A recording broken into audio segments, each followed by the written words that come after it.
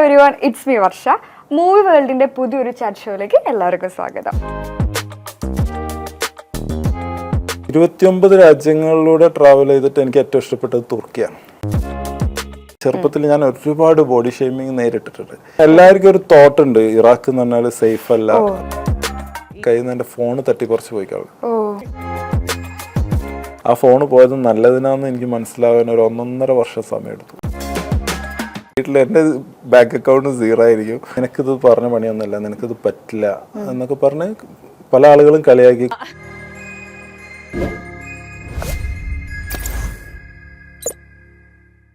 ഇന്ന് എന്നോടൊപ്പമുള്ള ഗസ്റ്റ് ഭയങ്കര സ്പെഷ്യൽ ആയിട്ടൊരു പേഴ്സൺ ആണ്. സൈക്കിൾ കൊണ്ട് ലോകം മൊത്തം ചുറ്റുന്ന ഒരാളാണ്, ഇനി ചുറ്റാൻ പോകുന്ന ഒരാളാണ്. Hi Faiz, welcome to the show. Okay, എന്തൊക്കെയുണ്ട് വിശേഷം? സുഖം ആണ്. ഓക്കെ, ഇപ്പൊ എവിടെന്നാ വരുന്നത്? ഞാനിപ്പോ വരുന്ന കാലിക്കറ്റ് ആണ്. Okay okay. ഇപ്പൊ നമ്മുടെ സൈക്കിൾ യാത്രയൊക്കെ ഇപ്പൊ എവിടം വരെ എത്തി? ഇപ്പൊ 29 രാജ്യങ്ങൾ സൈക്കിളിൽ കംപ്ലീറ്റ് ചെയ്തു. ഓക്കെ, ഇനി 195 രാജ്യമാണ് മൊത്തം. ഇനി ബാക്കിയുള്ള രാജ്യങ്ങളിലേക്ക് പോകണം. അതാണോ ഫോക്കസ് ചെയ്തിരിക്കുന്നത്? ലോകം മൊത്തം കറങ്ങണം അല്ലേ? അപ്പോൾ ആദ്യം എവിടെ നിന്നാണ് സ്റ്റാർട്ട് ചെയ്തത്? ഏതായിരുന്നു ആദ്യം പോയ രാജ്യം?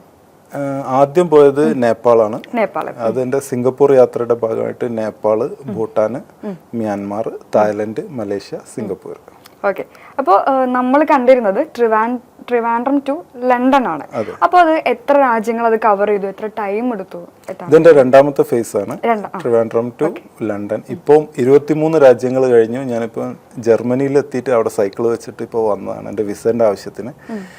പോയ രാജ്യങ്ങൾ India, Oman, UAE, Saudi, Qatar, Bahrain, Kuwait, Iraq, Iran, Armenia, Georgia, Turkey, Greece, North Macedonia, Serbia, Croatia, Slovenia, Hungary, Slovakia, Austria, ചെക്ക് റിപ്പബ്ലിക്, പോളണ്ട്, ജർമ്മനി. ഓർമ്മ കിട്ടിയോ? ഇല്ല, ചെക്കോസ്ലോവാക്യ കുറച്ചൊക്കെ അറിയാം. ഓക്കെ, അപ്പൊ അത്രയൊക്കെ കണ്ടിട്ടുണ്ടായിരുന്നു. ഇത് എത്ര ഡേയ്സിലുള്ള ഒരു ട്രാവലിംഗ് ആയിരുന്നു? ആക്ച്വലി എൻ്റെ ഒരു പ്ലാൻ എന്ന് പറയുന്നത് 1 man 1 bicycle 2 continents, 450 days, 30,000 kilometer, around 30,000. അതിൽ 20,000 കംപ്ലീറ്റ് ആയി. ഇനി ഒരു 10,000 കൂടെ ഉണ്ട്. സത്യം പറഞ്ഞാൽ ഇങ്ങനെ സൈക്കിളിലൊക്കെ ഇത്രയും രാജ്യങ്ങൾ കാണാന്ന് പറയുന്നത് കുറച്ച് ടാസ്ക് അല്ലേ, കുറച്ച് അഡ്വഞ്ചറസ് അല്ലേ? തീർച്ചയായിട്ടും ഇത് അത്യാവശ്യം വട്ടുള്ള ആളുകൾക്ക് ഇങ്ങനെയുള്ള യാത്രകൾ ചെയ്യാൻ പറ്റുള്ളൂ. എസ്പെഷ്യലി ഞാൻ മാരീഡ് ആണ്. അങ്ങനെ കല്യാണം കഴിഞ്ഞ ഒരാൾ ചെയ്യാന്ന് പറയുന്നത് അൺഇമാജിനബിൾ ആണ്. അതെ, ഞാൻ കണ്ടപ്പോഴും ചോദിച്ചു കല്യാണം കഴിഞ്ഞതാണോ ഞാൻ ചോദിച്ചു. അത് അല്ലെ നല്ലൊരു പാർട്ട്ണർ ഉള്ളത് കൊണ്ടും കൂടി അല്ലേ? പല ആളുകളും ചോദിക്കും എന്താ അതിന്റെ ടിപ്സ്, കല്യാണം കഴിഞ്ഞിട്ട് ഇങ്ങനെ വിടാൻ കാരണം എന്താന്നൊക്കെ ചോദിക്കാറുണ്ട്. ഒന്നുമില്ല, നമ്മുടെ സ്വപ്നമാണ്, നമ്മുടെ ഡ്രീമാണിത്. അപ്പൊ ലൈഫിൽ അതിന് കൂടെ നിൽക്കുന്ന സപ്പോർട്ട് ചെയ്യുന്നു, അതുകൊണ്ട് ചെയ്യാൻ പറ്റും. ഇനി നമുക്ക് കുറച്ച് പുറകിലേക്ക് പോകാം. പ്രൊഫഷൻ ഒക്കെ എന്തായിരുന്നു? ഞാൻ ബേസിക്കലി എഞ്ചിനീയർ ആണ്. വിപ്രോയിലായിരുന്നു 4 വർഷം സൗദി അറേബ്യയിൽ വിപ്രോയിൽ വർക്ക് ചെയ്തു. പിന്നെ ജോബ് റിസൈൻ ചെയ്തു. ഇപ്പോൾ വർക്ക് ചെയ്യുന്നില്ല, ഇപ്പോൾ ട്രാവലിംഗ് ആണ് സൈക്കിൾ. ജോബ് റിസൈൻ ചെയ്തിട്ട് എത്ര നാളായി? 2015 ഉപ്പക്ക് കുറച്ച് ക്രിട്ടിക്കൽ ആയപ്പോൾ റിസൈൻ ചെയ്താണ്. എൻ്റെ ഫാദറിന് ഞാൻ അടുത്ത് പോകണമെന്നൊരു ആഗ്രഹം പറഞ്ഞു. അപ്പം അതൊക്കെ ഒഴിവാക്കി. പിന്നെ ഉപ്പയുടെ കൂടെ 3 വർഷം ഉപ്പയുടെ കൂടെ ആയിരുന്നു. ആ സമയത്താണ് ഞാൻ ശരിക്കും സൈക്കിൾ എടുക്കുന്നത്. എൻ്റെ ഒരു ഹെൽത്തിൻ്റെ ഒരു ഇഷ്യൂ കാരണം എനിക്ക് തൈറോയിഡ് ഉണ്ട്. അപ്പം അത് എൻ്റെ വെയിറ്റ് റെഗുലറായിട്ട് കീപ്പ് ചെയ്യണമെങ്കിൽ എനിക്ക് എന്തെങ്കിലും ഒരു ആക്ടിവിറ്റി വേണം. അപ്പം എനിക്ക് സൈക്ലിംഗ് ഇഷ്ടമാണ്. അപ്പോൾ ഒരു സൈക്കിൾ എടുത്തു. പിന്നെ അത് അതിലൊരു ക്രേസായി. പിന്നെ അത് സീരിയസ് ആയി എടുത്തു. പിന്നെ അതിലൊരു അച്ചീവ്മെന്റ് എന്നുള്ള രീതിയിൽ. സത്യം പറഞ്ഞാൽ സൈക്കിൾ നമ്മളെ മെന്റലി ഫിസിക്കലി ഹെൽത്തി ആക്കുന്നതാണല്ലോ. മെന്റലി നമുക്ക് ഹെൽത്ത് വൈസ് നോക്കുകയാണെങ്കിൽ നല്ലൊരു കാർഡിയോ എക്സസൈസ് ആണ്. ഒരുപാട് ഗുണങ്ങൾ സൈക്കിൾ കൊണ്ട് നമുക്ക് കിട്ടും. ഉണ്ടല്ലേ? Okay okay. അപ്പോൾ ഡെയിലിയും ഇപ്പോൾ നാട്ടിലുണ്ടെങ്കിലും ഡെയിലി സൈക്കിളൊക്കെ ഓടിച്ച്? ആക്ച്വലി നാട്ടിൽ ഞാൻ വിരാജ്പേട്ടിലുണ്ടാവുക.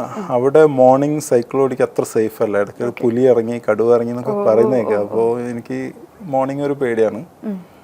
ഞാൻ രാവിലെ നടക്കാൻ പോകും. സത്യം പറഞ്ഞാൽ പേടിണ്ടെന്ന് പറഞ്ഞാൽ വിശ്വസിക്കില്ല. കാരണം ഒറ്റയ്ക്ക് ഇത്രയും രാജ്യങ്ങൾ നടക്കുന്ന ആൾക്ക് എന്ത് പേടി? അല്ല, ഞാൻ പോയ സ്ഥലങ്ങളിലൊക്കെ കാടുകളിലൂടെ ഞാൻ യാത്ര ചെയ്തിട്ടുണ്ട്. പക്ഷെ വന്യമൃഗങ്ങളൊന്നും അവിടെ ഇല്ല. അതുകൊണ്ട് പിന്നെ എനിക്ക് അത്ര ടെൻഷനില്ല. പക്ഷെ ഇവിടെ ഇന്ത്യയിൽ ആന, കടുവ നമ്മൾ സ്ഥിരം ന്യൂസ് പേപ്പറിൽ ഇങ്ങനെ കേട്ടുകൊണ്ടിരിക്കുകയാണ്. അവിടെ കടുവ, ഇവിടെ ആന എന്നൊക്കെ പറയുന്നത്. അപ്പോൾ അതുകൊണ്ടൊരു ചെറിയൊരു. ഓക്കെ, അപ്പോൾ നമ്മളിപ്പോൾ ഒരു പ്രൊഫഷനിൽ നിൽക്കെ അതിന് റിസൈൻ ചെയ്ത് നമ്മളൊരു ഇതൊരു പുതിയൊരു പ്രൊഫഷൻ ആണല്ലോ ഇപ്പോൾ ട്രാവലർ എന്ന് പറയുന്നത്. അപ്പോൾ അതിലേക്ക് അങ്ങനെ ഉണ്ടാകുമ്പോൾ കുറച്ച് വെല്ലുവിളികൾ എന്തായാലും നേരിടേണ്ടി വന്നിട്ടുണ്ടായിരിക്കും. അപ്പോൾ അതെങ്ങനെ മാനേജ് ചെയ്തു? തീർച്ചയായിട്ടും ഞാൻ നല്ലൊരു പൊസിഷനിൽ വിപ്രോയിൽ നല്ലൊരു പൊസിഷനിൽ ഇരിക്കുന്ന സമയത്താണ് പെട്ടെന്ന് ജോലി രാജിവെക്കുന്നത്. അത് നല്ലൊരു കാരണത്താലാണ്. എൻ്റെ ഫാദറിന് ഞാൻ അടുത്ത് വേണമെന്നൊരു ആഗ്രഹം പറഞ്ഞപ്പോൾ പല ആളുകളും എന്നോട് ചോദിച്ചു, ഇത്രയും നല്ലൊരു ജോബ് ഫ്യൂച്ചറൊക്കെ കളയുന്നത് എന്തിനാണ്. പക്ഷേ ഞാൻ കൂടുതൽ ഇമ്പോർട്ടൻസ് കൊടുത്തത് നമുക്ക് പാരൻസിന് നമ്മുടെ ആവശ്യം ഉണ്ടാകുന്ന ഒരു സമയത്ത് നമ്മൾ കൂടെ നിൽക്കുക. ഞാൻ അതിലാണ് സന്തോഷം കണ്ടെത്തിയത്. പിന്നെ 3 വർഷം ഉപ്പയുടെ കൂടെ നിന്നപ്പോൾ ഞാൻ മനസ്സിലാക്കിയൊരു വേറൊരു കാര്യം, മണിയല്ല ഇമ്പോർട്ടൻറ്റ് തിങ്, നമ്മുടെ ഹെൽത്താണ്. ഒരുപാട് ക്യാഷ് ഉണ്ടായിട്ട് ആരോഗ്യമില്ലെങ്കിൽ യൂസ്ലെസ് ഒരു ഇതുണ്ടാവില്ല. അപ്പം എനിക്ക് ആരോഗ്യം വേണമെന്നുള്ളൊരു തോട്ട് അതിൽ നിന്നാണ് വന്നത്. അങ്ങനെയാണ് ഞാൻ ആരോഗ്യത്തിലേക്ക് കൂടുതൽ ഫോക്കസ് ചെയ്യുന്നതും അങ്ങനെ സൈക്ലിംഗ് സ്റ്റാർട്ട് ചെയ്യുന്നതും. ഇപ്പം ഞാൻ മെൻ്റലി ഭയങ്കര ഹാപ്പിയാണ്. അന്നത്തെ പോലെ ക്യാഷും കാര്യങ്ങളൊന്നും ഇല്ലെങ്കിൽ കൂടി ഞാൻ വളരെ ഹാപ്പിയാണ്. അപ്പോൾ ഓക്കെ, അപ്പോൾ ഫായിസിനോട് ഇപ്പോൾ ചോദിക്കുകയാണെങ്കിൽ ഏറ്റവും ഹാപ്പി കിട്ടുന്ന കാര്യം എന്താ? നമുക്ക് ഇഷ്ടപ്പെട്ട കാര്യങ്ങൾ ചെയ്യാം, മറ്റുള്ളവർക്ക് വേണ്ടി മറ്റുള്ളവരെ ബോധിപ്പിക്കാൻ. പല ആളുകളും നമ്മുടെ കൂട്ടത്തിലുള്ള ആളുകൾ എപ്പോഴും ഒരു ചിന്ത എന്ന് വെച്ചാൽ അവരിങ്ങനെ ചെയ്യാൻ പാടുള്ളൂ. എന്നോട് ഒരുപാട് ആളുകൾ പറഞ്ഞു, നിനക്ക് ജോലിക്ക് പോയിക്കൂടെ. അവരുടെ തോട്ടതാണ് രാവിലെ ജോലിക്ക് പോയി വൈകിട്ട് തിരിച്ചു വരുന്ന ഒരു ഇതാണ് അവർ. പക്ഷെ അതൊന്നും അല്ല, ജീവിതത്തിൽ മറ്റ് പല മേഖലകളും ഉണ്ട്, ഒരുപാട് എക്സ്പീരിയൻസ് അങ്ങനെയല്ല, ഒരുപാട് കാര്യങ്ങൾ ജീവിതത്തിൽ അതല്ലാതെ ചെയ്യാനുണ്ട് എന്നുള്ളത് നമ്മുടെ ജീവിതത്തിലൂടെ കാണിച്ചു കൊടുക്കാൻ വേണ്ടിയിട്ട്. ഓക്കെ, അപ്പോൾ നമുക്കിപ്പം എന്തുകൊണ്ട് ഈ സൈക്കിളിൽ തന്നെ ട്രാവൽ ചെയ്യണം എന്നുള്ളത് ഹെൽത്ത് ഇഷ്യൂസ് കൊണ്ടാണോ അത് ചൂസ് ചെയ്തേക്കുന്നത്? 2-3 കാരണങ്ങളുണ്ട്. ഒന്ന് ഹെൽത്ത് ഇഷ്യൂസ് ആണ്. രണ്ടാമത്തത് ഇത് അങ്ങനെ പെട്ടെന്ന് ഒരാൾക്ക് ചെയ്യാൻ പറ്റുന്ന ഒരു സംഭവമല്ല. ഇത് വളരെ റെയറായിട്ട് മേ ബി ഒരു കോടിയിൽ ഒരാൾക്ക് ഒക്കെ ചെയ്യാൻ പറ്റുന്ന ഒരു സംഭവമാണ് ഇത്. നമ്മുടെ 140 കോടി ജനങ്ങളുള്ള ഇന്ത്യയിൽ വിരലിൽ എണ്ണാവുന്ന ആളുകൾ മാത്രമേ, എൻ്റെ അറിവിൽ ഇപ്പം ഞാൻ 3-ാമത്തെ ആളാണ് സൈക്കിളുമായിട്ട് വേൾഡ് ടൂർ നടത്തുന്നത്. അപ്പം അത് അത്രയും റെയറായിട്ടുള്ള ആളുകൾക്ക് ഇത് ചെയ്യാൻ പറ്റുള്ളൂ. നമുക്കിപ്പോൾ ഒരാൾക്ക് കാർ എടുത്തോ ബൈക്ക് എടുത്തോ പോകണമെങ്കിൽ അത് വളരെ ഈസിയാണ്. കുറച്ച് പെട്രോൾ അടിക്കാൻ ക്യാഷ് ഉണ്ടെങ്കിൽ ആർക്കും ചെയ്യാവുന്ന ഒരു കാര്യമാണ്. പക്ഷെ ഇത് പൈസ ഉണ്ടായിട്ട് ചെയ്യാൻ പറ്റില്ല. ഇതിനൊരു വിൽ പവർ തന്നെ വേണം, ഇതിനൊരു മെൻ്റൽ സ്ട്രെങ്ത് ഉണ്ടെങ്കിലേ ഇത് ചെയ്യാൻ പറ്റുള്ളൂ. അപ്പോൾ ഇങ്ങനെ ഒരു ട്രാവലിങ്ങിൻ്റെ പർപ്പസ് എന്താണ് ശരിക്കും? ഇത് ചുമ്മാ ഒരു ട്രാവലല്ല. ഈ ഒരു യാത്രയിൽ ഞാൻ കുറേ മെസ്സേജ് കൺവേ ചെയ്യുന്നുണ്ട്. World peace, health care, zero carbon, anti drugs, end polio. ഇങ്ങനെ യാത്രയിൽ ഒരുപാട് സ്കൂളുകൾ, കോളേജുകൾ, പിന്നെ എംബസി വിസിറ്റ് ചെയ്തിട്ട് അവിടെയുള്ള കുട്ടികളുമായിട്ട് ഇൻട്രാക്ഷൻ നടത്തിയിട്ട് അവർക്ക് ഈ ഒരു മെസ്സേജിൻ്റെ ഇമ്പോർട്ടൻസ് മനസ്സിലാക്കി കൊടുത്തിട്ടാണ് യാത്ര പോകുന്നത്. ഇതുവരെ ഒരുപാട് ക്യാമ്പസുകൾ ഞാൻ വിസിറ്റ് ചെയ്തു. ഇപ്പോൾ നമ്മൾ പറഞ്ഞു പ്രൊഫഷൻ റിസൈൻ ചെയ്തിട്ട് വന്നതെന്ന് പറഞ്ഞില്ലേ, അപ്പോൾ വീട്ടുകാരൊക്കെ അപ്പോൾ എങ്ങനെയായിരുന്നു ആ ഒരു സപ്പോർട്ടിങ് ലെവൽ? ഉപ്പക്ക് വയ്യാത്തതുകൊണ്ടാണ് ഞാൻ ആക്ച്വലി എൻ്റെ ജോബ് റിസൈൻ ചെയ്തത്. അതിന് ശേഷമാണ് ഞാൻ സൈക്കിളിലേക്ക് എത്തിയത്. എൻ്റെ 32-ാമത്തെ വയസ്സിൽ ഞാൻ എടുത്തൊരു തീരുമാനമാണ് ഇപ്പം എന്നെ ഈ ഒരു നിലയിൽ എത്തിച്ചിട്ടുള്ളത്. അതുവരെ ഞാൻ എല്ലാവരെയും പോലെ ഒരു എഞ്ചിനീയർ. മുമ്പൊക്കെ ആളുകൾ പറയായിരുന്നു ഒരു കല്ലെടുത്ത് മുകളിലേക്ക് ഇട്ടാൽ താഴെ വരുമ്പോൾ ഏതെങ്കിലും ഒരു എഞ്ചിനീയറുടെ തലയിലാണ് വീഴാന്ന്. ആ ഒരു എഞ്ചിനീയർ ആകാൻ എനിക്ക് താല്പര്യമില്ല. അതിൽ നിന്നൊക്കെ മാറി ഇപ്പോൾ ഒരു ഇൻ്റർനാഷണൽ സൈക്ലിസ്റ്റ് എന്നുള്ളൊരു, അങ്ങനെയാണ് ഞാൻ എന്നെപ്പറ്റി പറയാറ്. ഞാനിപ്പോൾ എഞ്ചിനീയറാണെന്ന് ഞാൻ എവിടെയും മെൻഷൻ ചെയ്യാറില്ല. എൻ്റെ ജോബ് എന്ന് വെച്ചാൽ ഞാൻ ആരാന്ന് വെച്ചാൽ ഞാൻ ഇൻ്റർനാഷണൽ സൈക്ലിസ്റ്റാണെന്ന് ഞാൻ പറയാം. ഈ ഒരു പ്രൊഫഷനിൽ അറിയപ്പെടാനാണ്, അതാണ് ആഗ്രഹം. Okay okay. സത്യത്തിൽ ഈ ഒരു നമ്മൾ എന്താണ് ഒരു സ്കെഡ്യൂൾഡ് ലൈഫിൽ നിന്നാണ് ഇങ്ങനെ ഒരു ഫ്രീ സ്പേസിലേക്ക് വന്നിരിക്കുന്നത്. അതെ അതെ, ഞാൻ ആക്ച്വലി ഒരു കംഫർട്ടബിൾ സോണിൽ ജീവിക്കാൻ ഇഷ്ടപ്പെടുന്ന ഒരാളായിരുന്നു. വളരെ കംഫർട്ടബിൾ ആയിട്ടുള്ള ഒരു സോണാണെങ്കിൽ പിന്നെ അത് തന്നെ. പക്ഷെ അതൊക്കെ പൊട്ടിച്ചേർന്ന് ഇപ്പോൾ ഞാൻ ചെയ്തുകൊണ്ടിരിക്കുന്നത് കംപ്ലീറ്റ്ലി അൺകംഫർട്ടബിൾ ആയിട്ടുള്ള ഒരു കാര്യമാണ്. ഞാൻ എൻ്റെ ജീവിതത്തിൽ ഇങ്ങനെയൊക്കെ ആവുമെന്ന് ഞാൻ തീരെ പ്രതീക്ഷിച്ചതല്ല. ഞാൻ കോളേജ് പഠിക്കുന്ന സമയത്തുള്ള ഫ്രണ്ട്സ് തന്നെ ഇപ്പം കണ്ടാൽ ചോദിക്കും നീ പണ്ടത്തെ ഫായിസ് ആണോ? കാരണം അവർക്കൊന്നും ഇമാജിൻ ചെയ്യാൻ പറ്റുന്നില്ല ഞാൻ ഇങ്ങനെ ആവും എന്നുള്ളത്. അവരൊന്നും ചിന്തിച്ചിട്ടില്ല. ഓക്കെ, അപ്പോൾ എന്ത് മാറ്റമാണ് ഇപ്പം ഉണ്ടായത്? പണ്ടത്തെ ഫായിസ് ആണെന്ന് ഇപ്പോൾ ചോദിച്ചില്ലേ, ഇപ്പം ഇന്നത്തെ ഫായിസും പണ്ടത്തെ ഫായിസും തമ്മിലുള്ള മാറ്റം എന്താ? പണ്ടത്തെ ഫായിസ് എന്ന് പറഞ്ഞാൽ ഞാൻ പഠിച്ചത് KMCT കോളേജ് ഓഫ് എഞ്ചിനീയറിംഗിനാണ്, കോഴിക്കോടാണ്. അപ്പം അതേ ഇയറിൽ പഠിച്ച മറ്റു പലർക്കും ചിലപ്പോൾ ഞാൻ അറിയണമെന്നില്ല. കാരണം ഞാൻ അത്രയും സൈലൻ്റ് ആയിരുന്നു. കോളേജിൽ അങ്ങനെ ഒരാൾ എക്സിസ്റ്റ് ചെയ്തിട്ടുണ്ടെന്ന് പോലും ഞാൻ ഈവൻ ഒരു സ്പോർട്സിലും ഉണ്ടായിരുന്നില്ല. പല ആളുകളും ചോദിക്കും മുമ്പ് എന്തെങ്കിലും സ്പോർട്സിലുണ്ടായിരുന്നു. ഞാൻ ഒരു സ്പോർട്സിലും ഉണ്ടായിട്ടില്ല, ഒരു ആക്ടിവിറ്റിയിലും ഉണ്ടായില്ല. വളരെ സൈലൻ്റ് ആയിട്ട് ഇൻട്രോവേർട്ട് ആയിട്ട് ഇങ്ങനെ എൻ്റെ കാര്യങ്ങൾ നോക്കി സൈലൻ്റ് ആയിട്ട് പോകുന്ന ഒരാളാണ്. പക്ഷെ അതിൽ നിന്നൊക്കെ മാറി അന്ന് എനിക്ക് സ്റ്റേജ് ഫിയർ ഒക്കെ ഉണ്ടായിരുന്നു. സ്റ്റേജിൽ കയറി എന്തെങ്കിലും പറയാന്നൊക്കെ പറഞ്ഞാൽ ഭയങ്കര ബുദ്ധിമുട്ടായിരുന്നു. പക്ഷെ ഇപ്പോൾ സ്റ്റേജ് കണ്ടാൽ എനിക്ക് കയറി സംസാരിക്കാനുള്ളൊരു ടെൻഡൻസിയാണ്. പിന്നെ ആളുകളൊക്കെ ആയിട്ട് സംസാരിക്കുക, ഒരുപാട് ആളുകളായിട്ട് ഇപ്പം ഇൻട്രാക്ട് ചെയ്യുക, സോഷ്യലൈസ് ചെയ്യുക. ഞാൻ ടോക്കേറ്റീവേ ആയിരുന്നില്ല, ഇപ്പം ഞാൻ അതിങ്ങനെ പ്രാക്ടീസ് ചെയ്ത് ഇപ്പോൾ ടോക്കേറ്റീവ് ആയിക്കൊണ്ടിരിക്കുകയാണ്. എൻ്റെ വൈഫ് നല്ല ടോക്കേറ്റീവാണ്, ഞാൻ തീരെ അല്ലായിരുന്നു. ഇപ്പോൾ ഞാനും ആ ലെവലിലേക്ക് വന്നുകൊണ്ടിരിക്കുന്നുണ്ട്. അതെ, കൊള്ളാം. ഇനിയിപ്പോൾ നമ്മളിപ്പോൾ യാത്ര ചെയ്യാൻ പോവാണ്. അപ്പോൾ നമ്മൾ എന്തൊക്കെ പ്രിപ്പറേഷൻ അതിന് വേണ്ടിയിട്ട് ചെയ്യണം? എനിക്ക് കുറേ കോൾസ് വരും. എൻ്റെ ഈ യാത്ര കണ്ടിട്ട് കുറേ ആളുകൾ വിളിക്കും. ഇതെൻ്റെ ഡ്രീം ജേണിയാണ്, ഞാൻ കുറേ കാലമായി ഇത് ചെയ്യാൻ വിചാരിക്കുന്നു. അപ്പോൾ എന്നിട്ട് അടുത്ത ചോദ്യം അവരുടെ എന്താ വെച്ചാൽ ഇതിന് പാസ്പോർട്ട് വേണമെന്ന് ചോദിക്കാം. അങ്ങനെ നമ്മുടെ ഒരു ഡ്രീം ജേണിയാണ്, നമുക്ക് അത്ര ഇമ്പോർട്ടൻ്റ് ഉള്ള കാര്യങ്ങളാണ്, നമ്മൾ അതിനെപ്പറ്റി പഠിക്കണം. സാധാരണ എല്ലാവരും പറയാ എനിക്കിത് എൻ്റെ ഒരു സ്വപ്ന യാത്രയാണെന്നൊക്കെ പറഞ്ഞാൽ അടുത്ത് ചോദിക്കും പാസ്പോർട്ട് വേണോ, പിന്നെ വിസ വേണോന്ന് ചോദിക്കുക. ഒരു രാജ്യത്തു നിന്ന് മറ്റൊരു രാജ്യത്തേക്ക് പോകണമെങ്കിൽ മസ്റ്റായിട്ട് പാസ്പോർട്ടും വേണം, വിസയും വേണം. അപ്പോൾ അവരത് പ്രിപ്പയർഡേ അല്ല, അവർക്ക് അങ്ങനെ ഒരു തോട്ട് ഉണ്ട് എന്നല്ലാതെ അവരതിനെപ്പറ്റി ചിന്തിച്ചിട്ടില്ല, പഠിച്ചിട്ടില്ല, ഒന്ന് സെർച്ച് ചെയ്യുക പോലും ചെയ്തിട്ടില്ല എന്നാണ് ആ ചോദ്യത്തിൽ നിന്ന് എനിക്ക് മനസ്സിലാവുക. നമ്മളൊരു കാര്യം ചെയ്യുമ്പോൾ അതിന് വെൽ പ്രിപ്പയർഡ് ആയിട്ട് ഓരോ കാര്യങ്ങളും കറക്റ്റായിട്ട് പ്ലാൻഡ് ആയിരിക്കണം. നമ്മളിപ്പം എൻ്റെ ആദ്യത്തെ സിംഗപ്പൂർ യാത്ര 120 ദിവസത്തെ യാത്ര ഞാൻ പ്ലാൻ ചെയ്ത് 8 മാസം കൊണ്ടാണ് ഞാൻ ഒരു കംപ്ലീറ്റ് റൂട്ട് മാപ്പ് റെഡിയാക്കിയത്.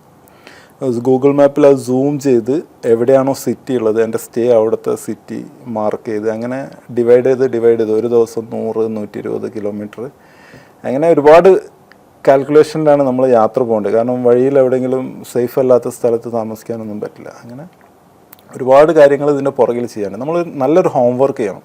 ചുമ്മാ ഒരു സൈക്കിൾ എടുത്ത് പോയാൽ ചിലപ്പോൾ യാത്ര നല്ല രീതിയിൽ അവസാനിക്കാൻ ഒരു പ്ലാനിങ്ങും ഇല്ലാതെ യാത്ര പോയിട്ടുണ്ടെങ്കിൽ ചിലപ്പം ബുദ്ധിമുട്ടായിരിക്കും അവസാനിപ്പിക്കാൻ. അപ്പം ശരിക്കും വെൽ പ്ലാനിങ് ആയിരിക്കണം. 2-3 ഓപ്ഷൻസ് വേണം. പ്ലാൻ എ വേണം, പ്ലാൻ ബി വേണം, പ്ലാൻ സി വേണം. പ്ലാൻ എ നടന്നില്ലെങ്കിൽ തീർച്ചയായിട്ടും ഒരു പ്ലാൻ ബി അവിടെ ഉണ്ടായിരിക്കണം, അല്ലെങ്കിൽ നമ്മൾ സ്റ്റക്കായി പോകും. അപ്പോൾ ഇങ്ങനെ ട്രാവൽ ചെയ്യുന്ന സമയത്ത് നമ്മുടെ സ്റ്റേയും കാര്യങ്ങളൊക്കെ എങ്ങനെയായിരിക്കും? ഇപ്പോൾ ഞാൻ യാത്ര ചെയ്യുന്നത് കംപ്ലീറ്റ്ലി അൺപ്രഡിക്റ്റബിൾ ആയിട്ട്. ഒരു ദിവസം എവിടെ എത്തുന്നൊന്നും എനിക്ക് ഈ യാത്രയിൽ എനിക്കില്ല. അതിനൊരു വേറൊരു ബ്യൂട്ടി ഉണ്ട്.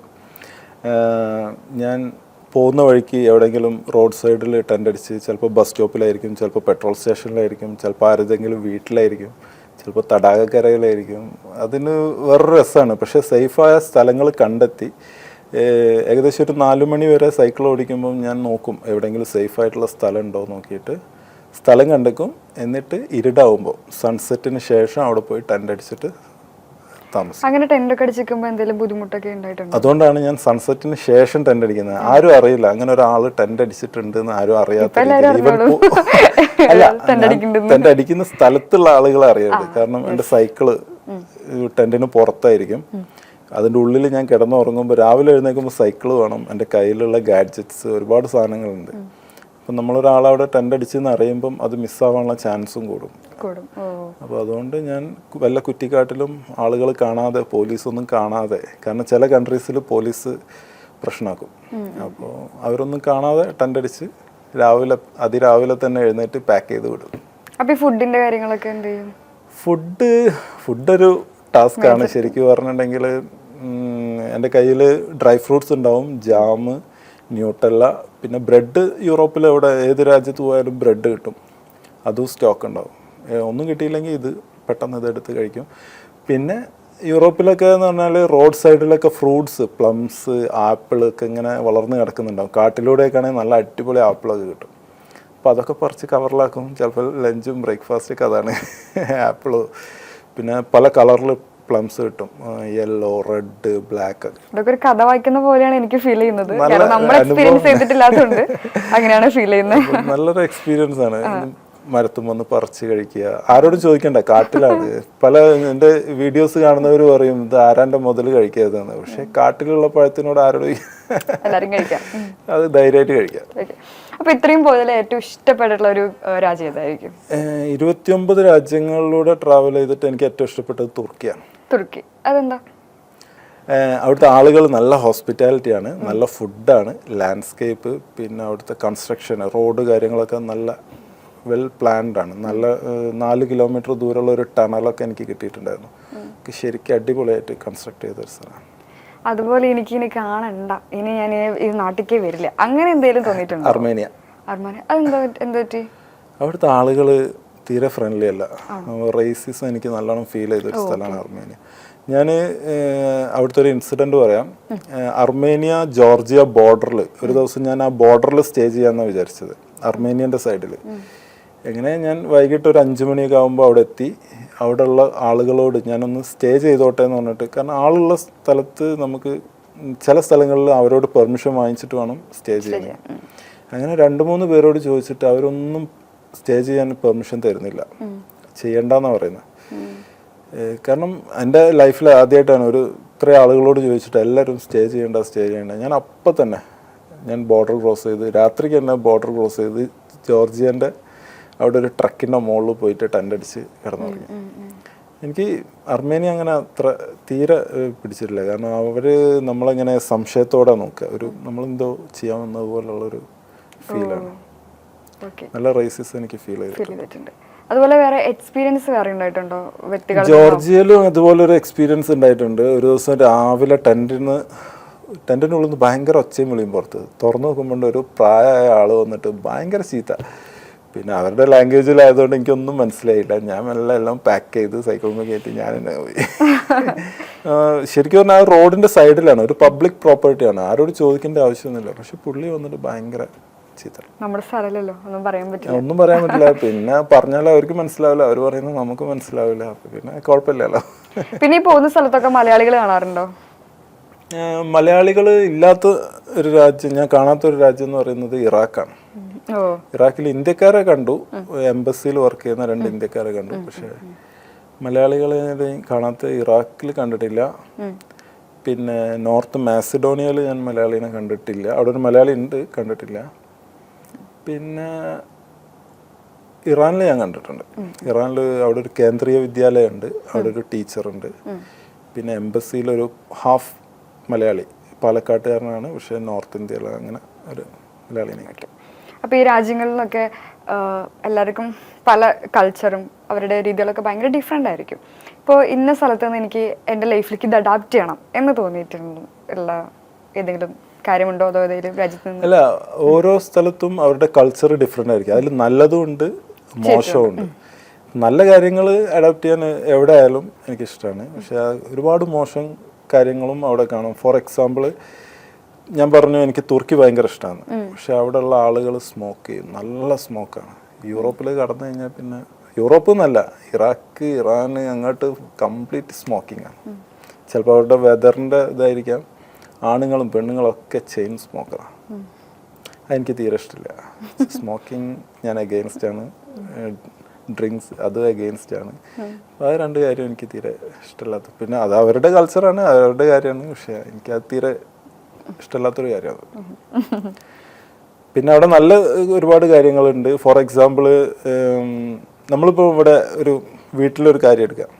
അച്ഛനും അമ്മയും കുട്ടികളാണെങ്കിൽ രാവിലെ ഉറങ്ങി എഴുന്നേറ്റ കുട്ടികൾ നമ്മളാരും വിഷ് ചെയ്യാറില്ല. രാവിലെ തന്നെ പറയും എന്തെങ്കിലും പഠിക്കാനാണെങ്കിൽ പഠിക്കുക, സ്കൂൾ പോകും, പെട്ടെന്ന് അതാ പറയാം. പക്ഷെ അവിടെ ഉള്ളവർ ഗുഡ് മോർണിംഗ് അങ്ങോട്ടും ഇങ്ങോട്ടും ഗ്രീറ്റ് ചെയ്യും. നല്ലൊരു ദിവസം സിസ്റ്റം വ്യത്യാസമുണ്ട്. അവർ എണീറ്റ് ഉടനെ ഗുഡ് മോർണിംഗ് പപ്പ അല്ലെങ്കിൽ ഗുഡ് മോർണിംഗ് എന്നൊക്കെ പറഞ്ഞിട്ട് അവർ തമ്മിൽ അങ്ങോട്ടും ഇങ്ങോട്ടും ഗ്രീറ്റ് ചെയ്തിട്ടാണ് അവർ ആ ദിവസം സ്റ്റാർട്ട് ചെയ്യുക. നമ്മളിവിടെ നേരെ പറയും എഴുന്നേറ്റ് പോയി കുളിക്കുക അല്ലെങ്കിൽ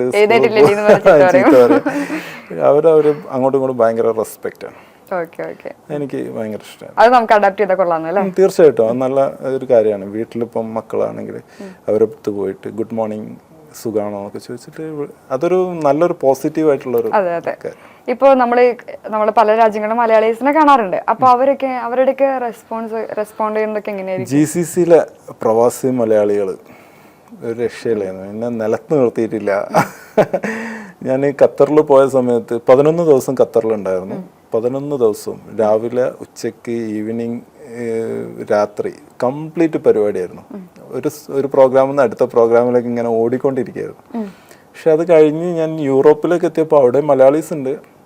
പക്ഷെ അവിടുത്തെ കൾച്ചർ, നേരത്തെ പറഞ്ഞ പോലെ കൾച്ചർ വ്യത്യാസമുണ്ട്. നമ്മുടെ ഈ GCCയിലെ മലയാളികൾ എന്ന് പറഞ്ഞാൽ ഒരു വർക്ക് കഴിഞ്ഞ് കഴിഞ്ഞാൽ പിന്നെ അവർ ഫ്രീ ആണ്, അവർ എൻ്റർടൈൻമെൻറ്റിനാണ് കാര്യങ്ങൾ.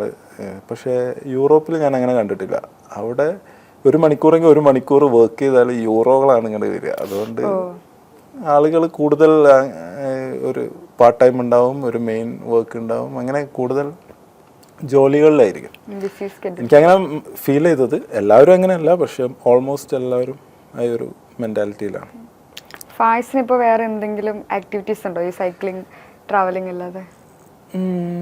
എനിക്ക് ഇത് കഴിഞ്ഞിട്ടൊരു ടൈമില്ല. എനിക്ക് ഇതിൻ്റെ പുറകിലുള്ള ഈ എഡിറ്റിങ്, അത് സോഷ്യൽ മീഡിയ കാര്യങ്ങളൊക്കെ ആയിട്ട് സത്യം പറഞ്ഞാൽ എനിക്ക് സമയം കിട്ടാറില്ല. പിന്നെ ചില പ്രോഗ്രാംസ് ഉണ്ടാവും, അപ്പോൾ അത് അറ്റൻഡ് ചെയ്യാൻ പോവും. പിന്നെ കഴിയുന്നതും ഫാമിലിയുടെ കൂടെ സ്പെൻഡ് ചെയ്യും. കാരണം ഞാൻ അധികവും ഫാമിലിയുടെ കൂടെ അല്ല ഉണ്ടാവാറ്. അപ്പം നാട്ടിൽ വരുന്ന സമയത്ത് അധികവും കുട്ടികളിപ്പോൾ ചെറുതാണ്, അവരുടെ ഈ സമയത്താണ് അവരുടെ കൂടെ ഉണ്ടാവേണ്ടത്. വലുതായി കഴിഞ്ഞാൽ പിന്നെ അവരങ്ങ് പോവും.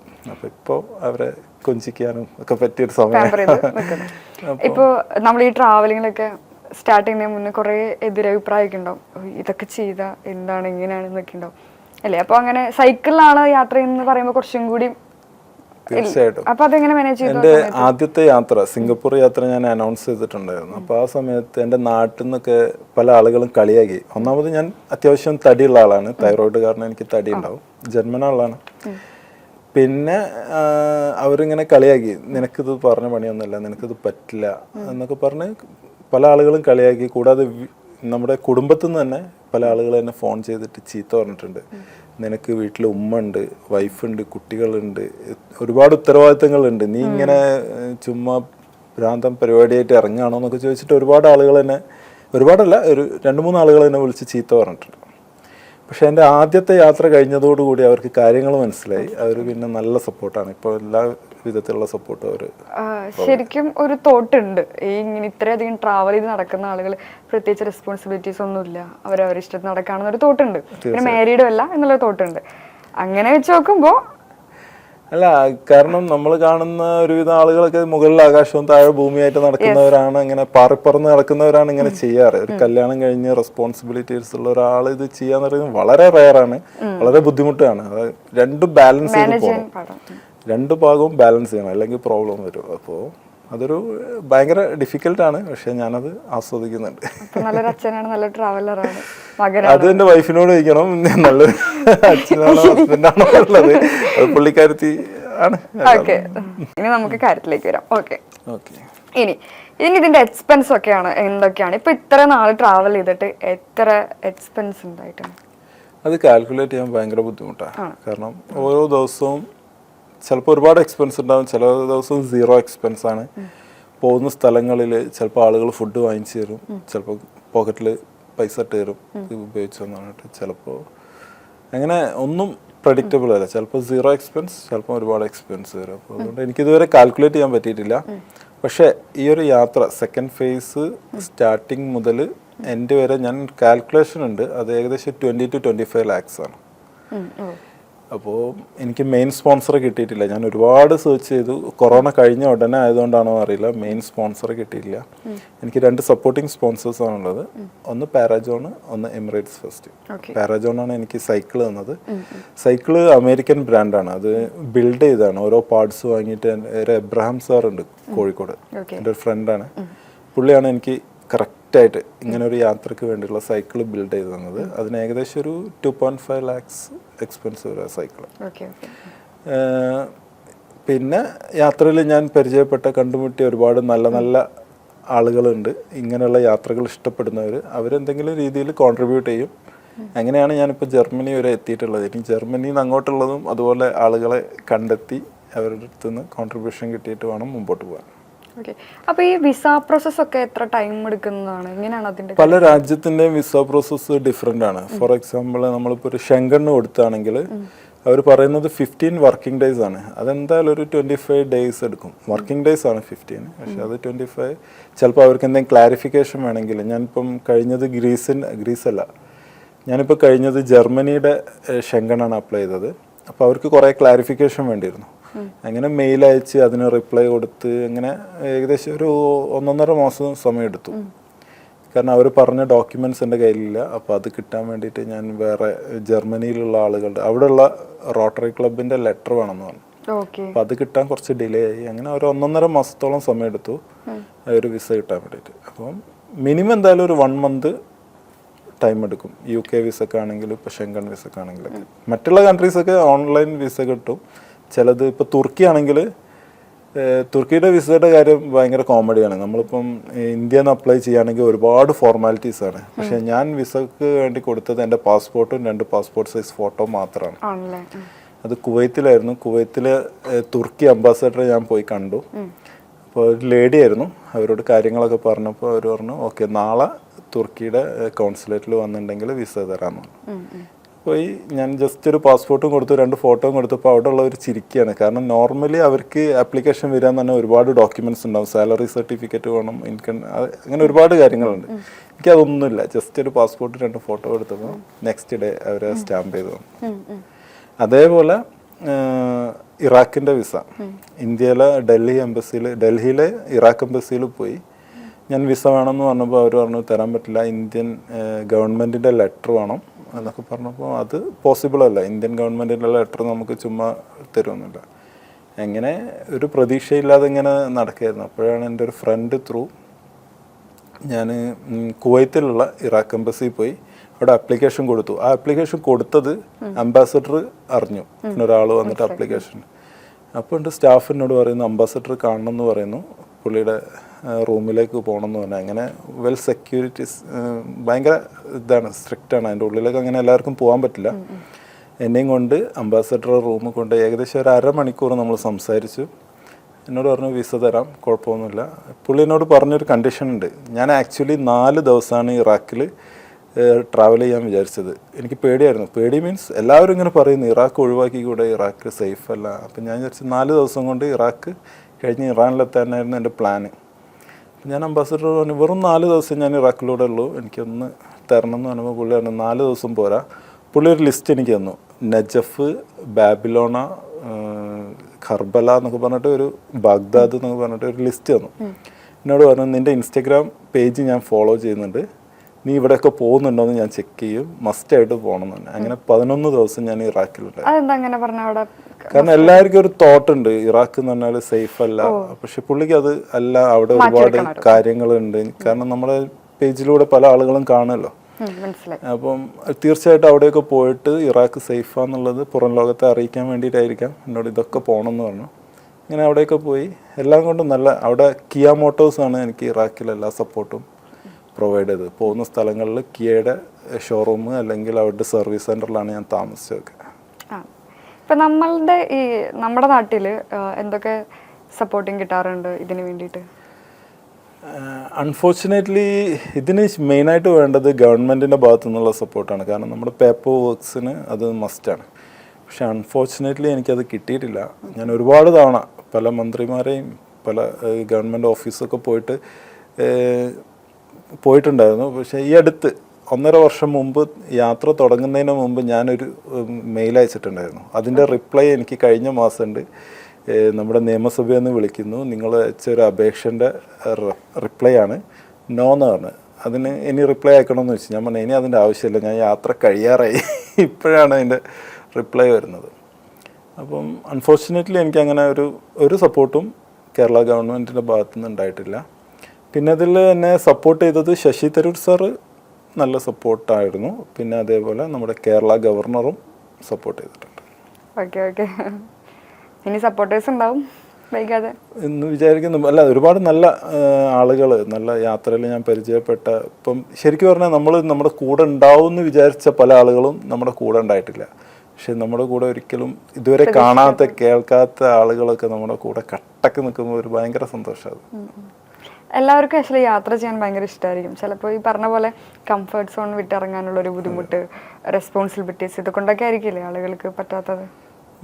തീർച്ചയായിട്ടും ഒരുപാട് ആളുകൾ ജോലിൻ്റെ പ്രശ്നങ്ങളുണ്ട്, ഒരുപാട് പിന്നെ വീട്ടിലെ പ്രാരാബ്ദമൊക്കെ പറഞ്ഞിട്ട് നമ്മളതൊക്കെ നോക്കിയാൽ അല്ലെങ്കിൽ കുറേ ക്യാഷ് ഉണ്ടായിട്ട് നമുക്ക് യാത്ര ചെയ്യാൻ.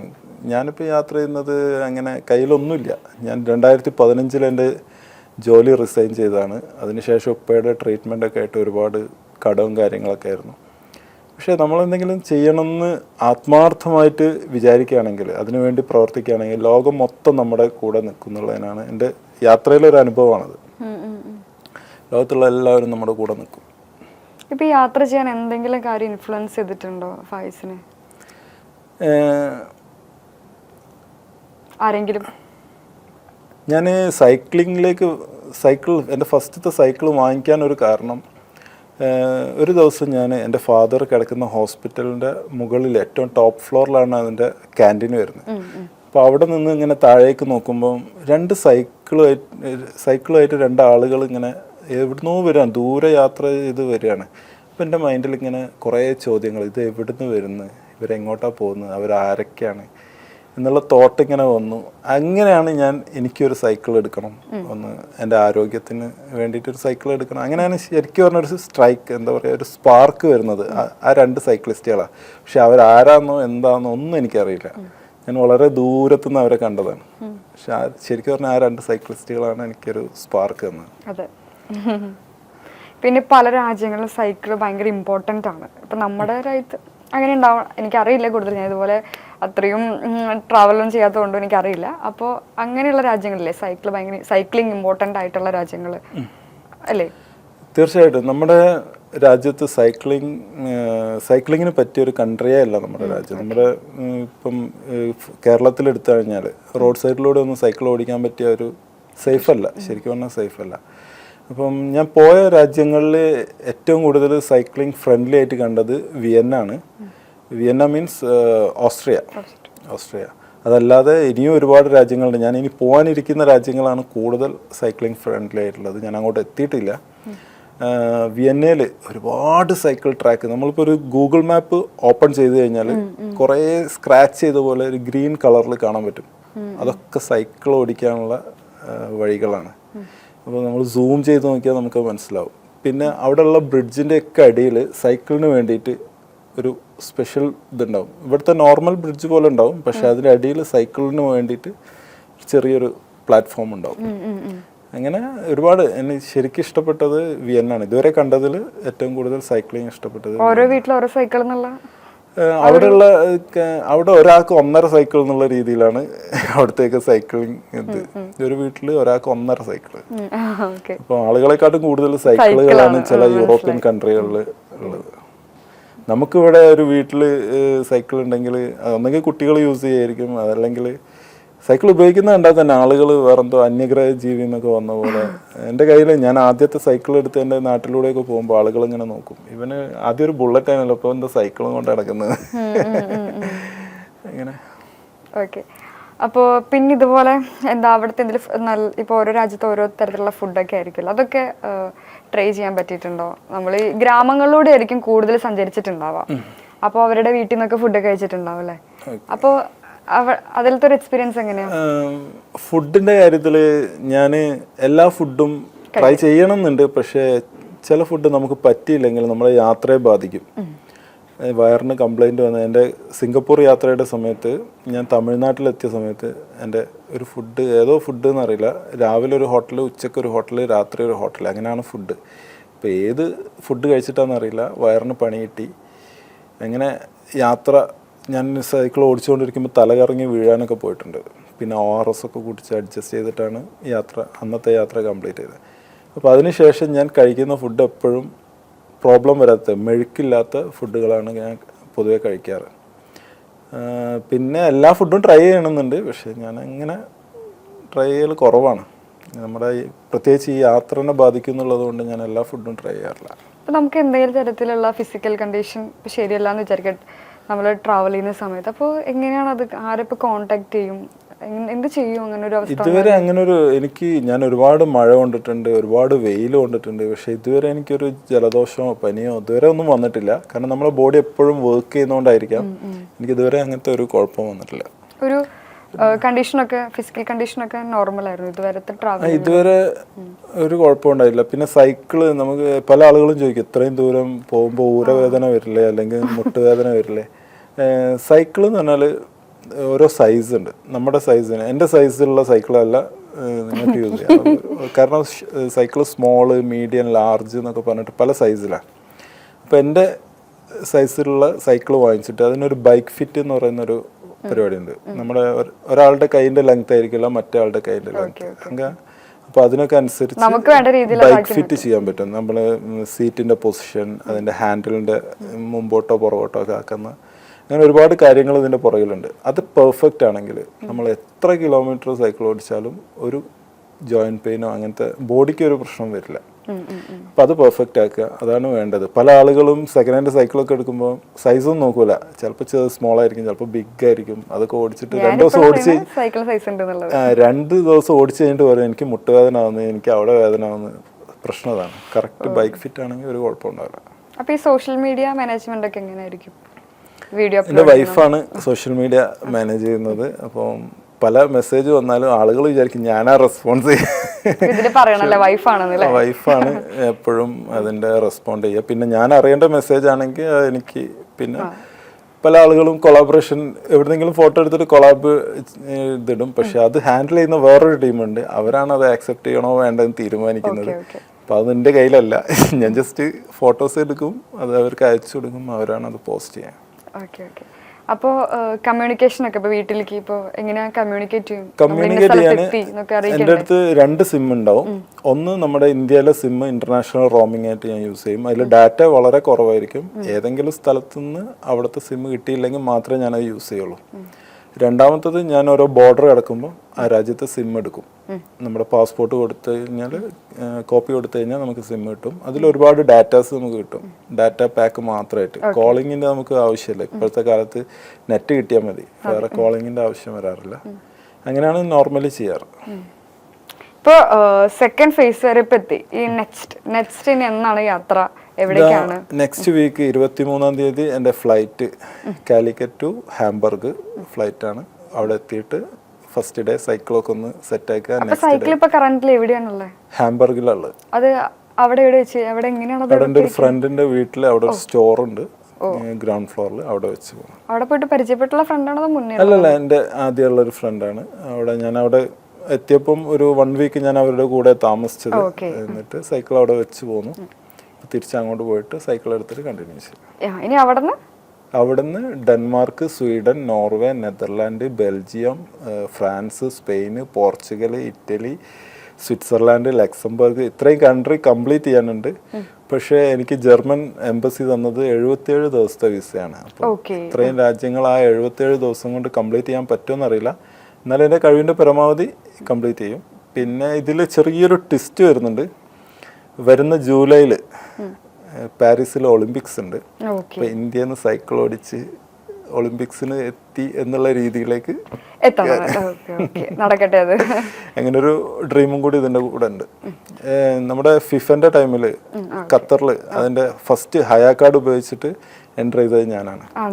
അതെ, അങ്ങനെ ചില കാര്യങ്ങളും കൂടി ഈ ഒരു യാത്രയിൽ എനിക്ക് കിട്ടിയിട്ടുണ്ട്. കുറേ നേട്ടങ്ങൾ ഉണ്ടായിട്ടുണ്ട് അല്ലേ? തീർച്ചയായിട്ടും ഒരുപാട് അവാർഡ്സ് അങ്ങനെ എന്തെങ്കിലും അതിൻ്റെ ഞാൻ പറഞ്ഞു നേരത്തെ 32-ാമത്തെ വയസ്സിൽ ഞാൻ എടുത്തൊരു തീരുമാനമാണ് ഇപ്പോൾ ഇത് എത്തിച്ചത്. എൻ്റെ 32-ാമത്തെ വയസ്സ് വരെ ഞാൻ കോളേജിൽ സ്കൂളൊക്കെ പഠിക്കുമ്പോൾ ഒരു അവാർഡ് പോലും എനിക്ക് കിട്ടിയിട്ടില്ല, ഒരു ട്രോഫി പോലും എൻ്റെതാന്ന് പറഞ്ഞിട്ട് വീട്ടിലില്ല. പക്ഷെ ഇപ്പോൾ വീട്ടിൽ സ്ഥലമില്ല ശരിക്കും പറഞ്ഞു. എന്നിട്ട് പുതിയ ഷോക്കേസ് ഒക്കെ ഉണ്ടാക്കണമെന്ന് പറയുന്നുണ്ട്. പല അവാർഡുകളും പല രാജ്യങ്ങളിലും ഇപ്പോഴും അവിടെ കിടക്കുക, എനിക്ക് കൊണ്ടുവരാൻ പറ്റാത്തതുകൊണ്ട്. സൈക്കിളിൽ അത് ക്യാരി ചെയ്യാൻ പറ്റില്ല. മൊമെന്റോസ് ഒക്കെ ഞാൻ അവിടെ ആരെങ്കിലും ഏൽപ്പിക്കും, നിങ്ങൾ നാട്ടിൽ വരുമ്പോൾ കൊണ്ടുവരണം എന്ന് പറഞ്ഞിട്ട്. ഈ രാജ്യത്തൊക്കെ അറിയുന്ന ആളുകളൊക്കെ ഉണ്ടാവും. പോകുന്നിടത്തൊക്കെ ഇപ്പൊ GCC കൺട്രീസിലാണ് എനിക്ക് കൂടുതൽ മൊമെന്റോസ് കിട്ടിയിട്ടുള്ളത്. ഇപ്പൊ എൻ്റെ കുറെ സാധനങ്ങൾ ഷാർജയിലുണ്ട്, ഖത്തറിലുണ്ട്, ബഹ്റൈനിലുണ്ട്. അതൊക്കെ അവര് വരുമ്പോ കൊണ്ടുവരിക. പുതിയൊരു ഷോക്കേസ് ഒക്കെ ഉണ്ടാക്കണം. തീർച്ചയായിട്ടും വീട്ടിലൊരു റൂം ഇപ്പൊ ഇനി അതിനായിട്ട് സെറ്റ് ചെയ്യണം. അപ്പൊ കുട്ടികളുടെ ഒക്കെ അവരുടെയൊക്കെ റിയാക്ഷൻ എങ്ങനെയാ? ആദ്യം ഞാൻ വൈഫ് എന്ന് തുടങ്ങാം. കാരണം വൈഫ് ഡോക്ടറാണ്. ഇപ്പൊ ഈ അടുത്ത് 2 വർഷം മുമ്പാണ് പുള്ളിക്കാരത്തി ഒരു ഹോസ്പിറ്റലിൽ കയറിയത്. അപ്പൊ അതിനു മുമ്പ് കുറെ ഇന്റർവ്യൂസ് അറ്റൻഡ് ചെയ്യാറുണ്ടായിരുന്നു ജോബിന് വേണ്ടി. അപ്പം ഇന്റർവ്യൂവിന് പോയി കഴിഞ്ഞിട്ടുണ്ടെങ്കിൽ ആദ്യം പേരെന്താണ് കാര്യങ്ങൾ ചോദിച്ചിട്ട് സർട്ടിഫിക്കറ്റ് ഒക്കെ വാങ്ങിയിട്ട് പിന്നെ ഫാമിലിനെ പറ്റി ചോദിക്കും. അപ്പോൾ ഹസ്ബൻഡ് എന്ത് ചെയ്യുന്നു ചോദിച്ചാൽ ഇന്റർനാഷണൽ സൈക്ലിസ്റ്റ് ആണെന്ന് പറയും. പിന്നെ ക്വസ്റ്റ്യൻസ് ഒക്കെ മാറി, ഇന്റർനാഷണൽ സൈക്ലിസ്റ്റോ, അങ്ങനെ ഒരു പ്രൊഫഷൻ ഉണ്ടോ, അങ്ങനെ പറഞ്ഞു പിന്നെ എൻ്റെ യാത്രയെ കുറിച്ചാണ് ആ ഇന്റർവ്യൂ നടക്കാറ്. അങ്ങനെ പുള്ളിക്കാരത്തേക്ക് അത് ഇൻട്രസ്റ്റ് ആണ്. കാരണം ഇങ്ങനെ ഒരാൾ വളരെ റയറായിട്ടുള്ളൊരു സംഭവമാണല്ലോ. അപ്പം ആളും നല്ല സപ്പോർട്ടാണ്. പോകുന്നിടത്തൊക്കെ അവിടെയുള്ള ആളുകളൊക്കെ ഭയങ്കര. പിന്നെ കുട്ടികളാണെങ്കിൽ അവരുടെ സ്കൂളിലൊരു പ്രോഗ്രാം ചെയ്യണമെന്ന് പറഞ്ഞിട്ടുണ്ട്. അപ്പോൾ ഞാൻ പറഞ്ഞു എൻ്റെ സൈക്കിള് ജർമ്മനിയിലാണ്, യാത്ര കഴിഞ്ഞിട്ട് ഞാൻ ആ സൈക്കിള് കൊണ്ടുവന്നിട്ട് നമുക്കത് ചെയ്യാമെന്നൊക്കെ പറഞ്ഞിട്ടുണ്ട്. അവരും ഭയങ്കര ത്രില്ലാണ്, കാരണം അവരുടെ ഫാദർ ഇങ്ങനെ ലോകം മൊത്തം സൈക്കിളിൽ സഞ്ചരിക്കുക എന്ന് പറയുമ്പോൾ അവർ പറയും, മൂത്താൾ പറയുന്നത് എന്നെ പോലെ സൈക്കിള് യാത്ര ചെയ്യണമെന്നാണ് പറയുന്നത്. നമ്മളൊക്കെ എനിക്കൊക്കെ ഇപ്പോഴാണ് ഇതിനെക്കുറിച്ചുള്ള ഒരു അറിവ് കിട്ടുന്നത്. എൻ്റെ അത്ര പ്രായമായിട്ടില്ല കേട്ടോ.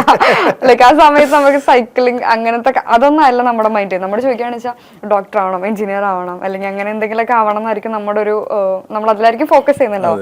ലാസ്റ്റ് അങ്ങനെയല്ല, നമ്മൾ കരിയർ ഇങ്ങനെ മാറിക്കൊണ്ടിരിക്കും. അല്ല, ഞാൻ ഇപ്പോഴത്തെ കുട്ടികളുടെ അവർക്ക് ഇഷ്ടം എന്താണോ അതിലേക്ക് നമ്മളത് ചെറിയൊരു ട്രെയിനിങ്ങും കൊടുത്ത് അതിലേക്കാണ് വിടേണ്ടത്. ശരിക്കും പറഞ്ഞാൽ ഇപ്പോൾ ഫുട്ബോൾ ഇഷ്ടമുള്ളവരാണെങ്കിൽ ഫുട്ബോളിലേക്ക് വിടുക, അല്ലെങ്കിൽ വരയ്ക്കാൻ, ആ ഒരു മേഖലകളിലേക്ക്. കാരണം വെറും പഠിപ്പ് കൊണ്ട് മാത്രം ലൈഫ് സെറ്റിൽ ആവുന്നില്ല. നമുക്ക് നമ്മുടെ ഇഷ്ടങ്ങളിലൂടെ ജീവിക്കുമ്പോഴാണ് നമ്മുടെ ജീവിതം പൂർണ്ണമാവുള്ളൂ.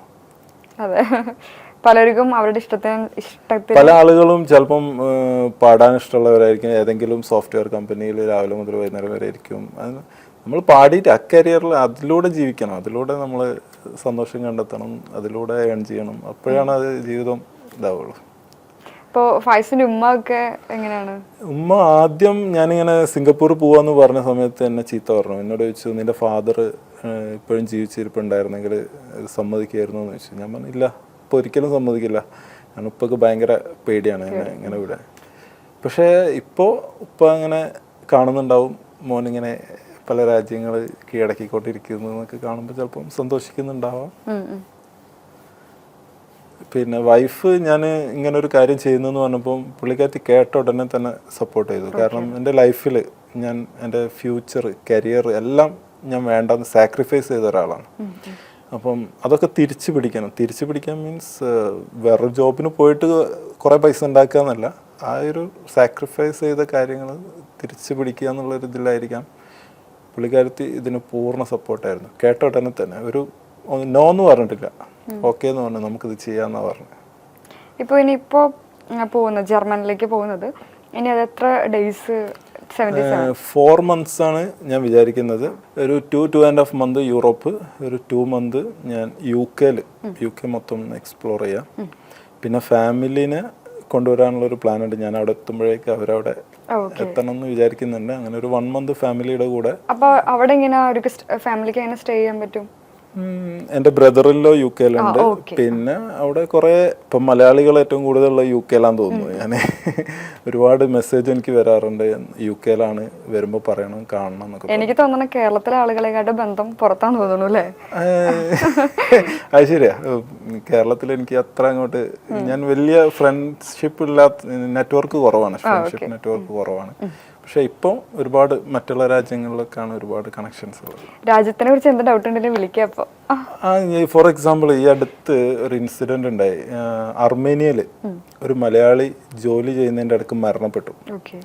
അപ്പം എൻ്റെ ഒരു ഫ്രണ്ട് എന്നെ വിളിച്ചിട്ട് പറഞ്ഞു, അർമേനിയയിൽ ഏതെങ്കിലും ഒരു മലയാളി ഉണ്ടോ, കാരണം ബോഡി നാട്ടിലെത്തിക്കണമെങ്കിൽ നമ്മുടെ ഇന്ത്യക്കാരെങ്കിലും വേണമെന്ന് പറഞ്ഞു. അങ്ങനെ ഞാൻ എനിക്കറിയാവുന്ന 2-3 കോണ്ടാക്ട്സ് കൊടുത്തു, അങ്ങനെ ബോഡി നാട്ടിലെത്തിച്ചു. അപ്പം അങ്ങനെയുള്ള കാര്യങ്ങളൊക്കെ ചെയ്യാൻ പറ്റുന്നുണ്ട്. പിന്നെ സൗദി അറേബ്യയിൽ എൻ്റെ ഉമ്മയുടെ ഫ്രണ്ടിൻ്റെ മകന് അവിടെ ജോലി നഷ്ടമായി. അവൻ്റെ വൈഫിൻ്റെ ഡെലിവറി ഒക്കെ അടുത്ത് വരുന്നു, അവൻ്റെ ജോലി നഷ്ടമായി, ആകെ ബുദ്ധിമുട്ടിൽ. അപ്പം എന്നെ വിളിച്ചു, എന്തെങ്കിലും ചെയ്യാൻ പറ്റുമെന്ന് ചോദിച്ചു. അങ്ങനെ ഞാൻ അവിടെയുള്ള സൈക്ലിംഗ് ഫ്രണ്ട്സ് ഉണ്ട്, അപ്പോൾ അവരെ ഞാൻ വിളിച്ചു പറഞ്ഞു, ഇങ്ങനെ ഒരാൾ ജോലിയില്ലാതെ ബുദ്ധിമുട്ടുന്നുണ്ട്, അടുത്ത ആഴ്ച ആകുമ്പോഴേക്ക് റിയാദിൽ ജോലി റെഡിയായി.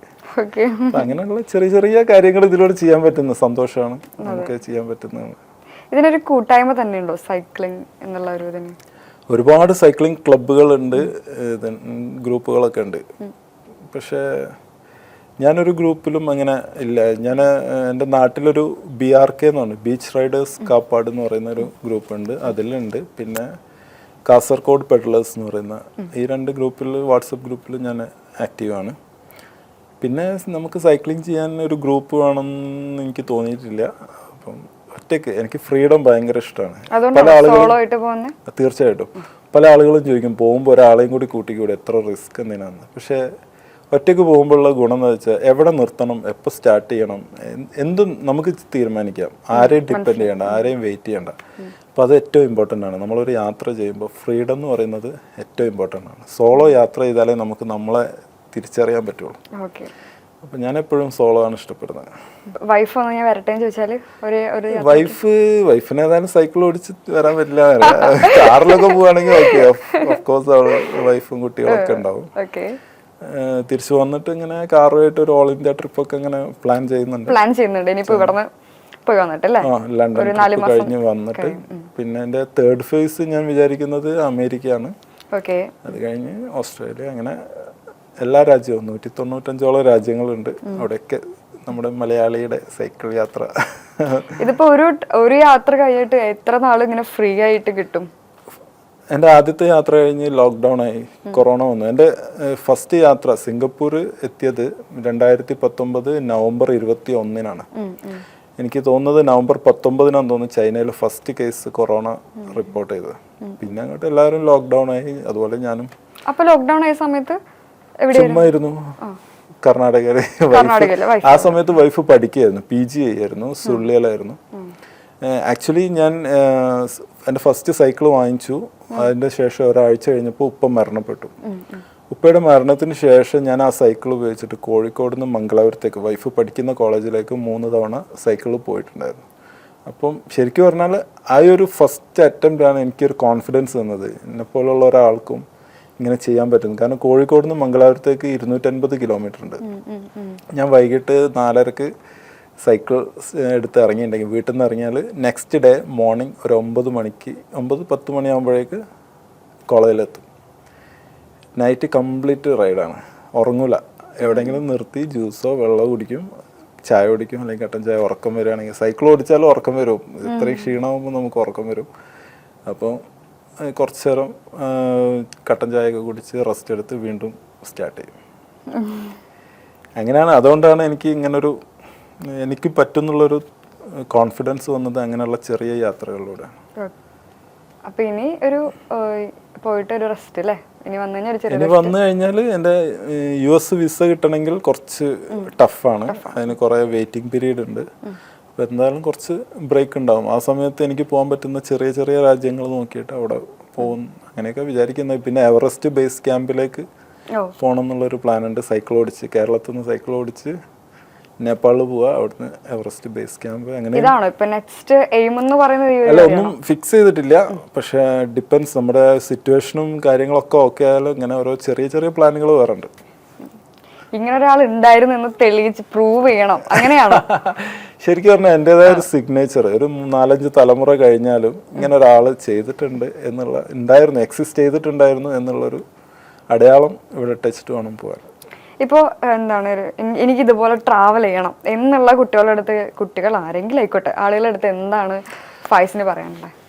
നിങ്ങൾ തീർച്ചയായിട്ടും ആത്മാർത്ഥമായിട്ട് അങ്ങനെ ഒരു കാര്യത്തിന് ആഗ്രഹം ഉണ്ടെങ്കിൽ നിങ്ങൾ ആദ്യം ഇതിന് വർക്കൗട്ട് ചെയ്യുക. നമ്മൾ വർക്കൗട്ട് ചെയ്യാൻ മീൻസ് ഹോം വർക്ക് ചെയ്യുക, അതിനെപ്പറ്റി പഠിക്കുക. ഇങ്ങനെ പോകണമെന്നുണ്ടെങ്കിൽ ഏതൊക്കെ രാജ്യങ്ങൾ ഏതൊക്കെയാണെന്ന് പഠിച്ചു കഴിഞ്ഞിട്ട് നിങ്ങൾ സ്റ്റെക്കാവുന്നൊരു സമയം ഉണ്ടാവും.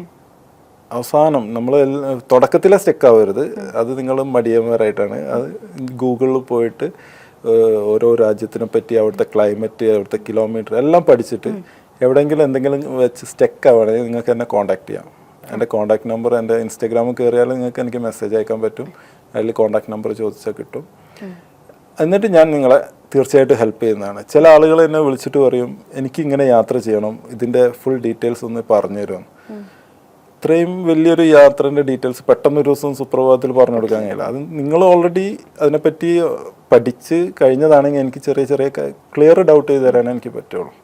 അപ്പോൾ ഞാൻ പല ആളുകളോടും പറയും, ആദ്യം നിങ്ങൾ ഇതിനെപ്പറ്റി ഒക്കെ റെഡിയാക്കിയിട്ട് എവിടെയെങ്കിലും സ്റ്റെക്ക് ആകുമ്പോൾ എന്നെ കോൺടാക്ട് ചെയ്തോ, ഞാനത് ക്ലിയർ ചെയ്ത് തരാം. ഇപ്പോൾ തുടക്കത്തിൽ ഒരാൾ എവിടേക്ക് യാത്ര ചെയ്യുന്നതായിരിക്കും ഏറ്റവും നല്ലത്? ഏത് കൺട്രിയിലേക്ക് പോകുന്നതായിരിക്കും? അങ്ങനെയല്ല, അത് ഓരോരുത്തരുടെ ഇഷ്ടം. എവിടെ ഈ ലോകം എന്ന് പറയുന്നത് എനിക്കിപ്പം ലോകം വളരെ ചെറുതായിട്ടാണ് ഫീൽ ചെയ്യുന്നത്. ആണോ? പക്ഷെ നമുക്ക് അങ്ങനെയല്ല, നമുക്കിത് കേൾക്കുമ്പോൾ ഇത്രയൊക്കെ പോയല്ലേ, അങ്ങനത്തെ ഒരു ഫീലാണുള്ളത്. അല്ല, എനിക്കിപ്പം വളരെ ചെറുതായിട്ടാണ് ഈ ഒരു ലോകം എന്ന് പറയുന്നത്. എനിക്കിപ്പം വളരെ ചെറുതായിട്ടാണ്. സൈക്കിള് എവിടെയും പോവാന്നുള്ളൊരു തോട്ട്. അതുകൊണ്ടാണ് സൈക്കിൾ ഇപ്പോൾ എവിടെ വേണേലും പോകും. ഏറ്റവും ഓടിക്കാൻ ഇഷ്ടം സൈക്കിൾ തന്നെയാണോ? അങ്ങനെ ചോദിച്ചാൽ എനിക്ക് ബൈക്ക് ഓടിക്കാൻ ഇഷ്ടമാണ്, കാർ ഓടിക്കാൻ ഇഷ്ടമാണ്, അങ്ങനെയൊന്നുമില്ല. പക്ഷെ സൈക്കിൾ എന്ന് പറഞ്ഞാൽ ഞാൻ നേരത്തെ പറഞ്ഞു, എനിക്ക് ആർക്കും പറ്റാത്തൊരു കാര്യം ചെയ്യുമ്പോൾ, കാരണം ചെറുപ്പത്തിൽ ഞാൻ കുറേ കളിയാക്കലുകൾ കേട്ടിട്ടുള്ള ഒരാളാണ്. ഞാൻ അത്യാവശ്യം നല്ല വെയിറ്റ് ഉണ്ടായിരുന്നു.